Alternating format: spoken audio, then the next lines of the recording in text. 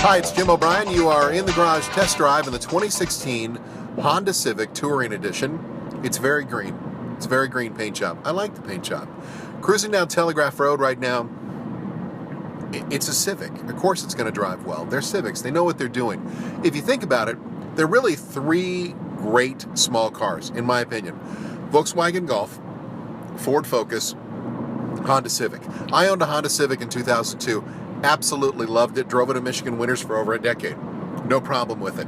Ford Focus across the board, from the sporty models they're doing, the RS and all their different versions, to something a little more tame. And then Volkswagen with the Golf, what a fun car to drive. The Civic, now I've got a two-door, and I gotta admit, it's pretty cool. I had a four-door Civic before, and it never really was a four-person car. I mean, you could get four people in it. That's fine if you chose to do that. But really, it was a two-person car, very practical. You could do a lot of things, and you got great gas mileage. None of that has changed. I'm averaging 37 miles a gallon driving the 2016 Honda Civic.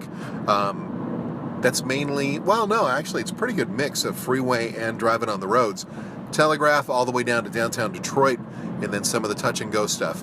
Now, here's what's interesting about the Civic, because I want to change lanes here, because this guy's way too slow. When you drive this 1.5 liter, it's 174 horsepower, plenty of giddy up for any car. But when you drive it in drive mode, your normal D mode, you will notice some turbo lag. That's okay, even with a dual overhead cam. Now, when I throw this into S mode, winds up a little bit tighter, and you going. This is one of the more surprising things about the Civic to me. The drive mode is fine, and you get great mileage, but I've never really seen a lot of cars that when you switch them to a sport mode, they react this way, and that's a good thing. Good on Honda. I would still work on getting rid of some of the turbo lag and drive. The car feels, I'm not going to say clunky, but not as responsive as it used to be. And then it more than makes up for it in the S mode, but 90% of us, we're not driving in that. We're going to drive it in the D mode so we can get better gas mileage. Interior, fit, finish, the materials they use, it's Honda. It's fantastic. It's top shelf. This one loaded 26 grand.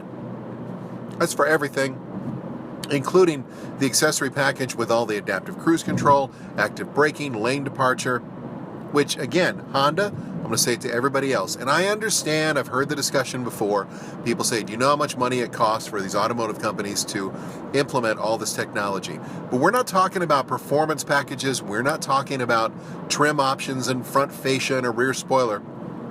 We're talking about safety. So all these safety features that are available should be standard on all the cars you make. And make your money back. Come on. Seriously? You guys do pretty well. And I'm talking to all the car companies. Blind spots in this thing with the A-pillars, not bad at all. Overall, I'd give this car an A. It's a Civic. It's a cool-looking car. You can see some of the images here. It's a Civic. If you're going to look for a small car, I would consider it. I would also consider the Chevy Cruze while we're talking about it. Kia's got some good new stuff coming out. The Corolla, always a good little car. The Focus has such a wide variety of them, and Volkswagen does some great product. And a Mini, too. I think a Mini Cooper you have to consider it a small car. But the Honda Civic right now is still the gold standard along with Ford and Volkswagen, and I'm really impressed. Maybe I should call it the green standard.